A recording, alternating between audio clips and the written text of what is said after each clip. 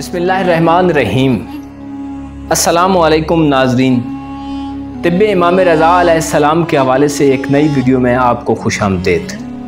नाज़रीन, इमाम रज़ा अलैहिस्सलाम से किसी शख्स ने बवासीर की शिकायत की। इमाम अली रज़ा अलैहिस्सलाम ने फरमाया कि सूरह यासीन शहद से लिखकर फिर इसको धोकर पी लिया करो। यह अमल करने से तुम बवासीर की तकलीफ़ से महफूज रहोगे।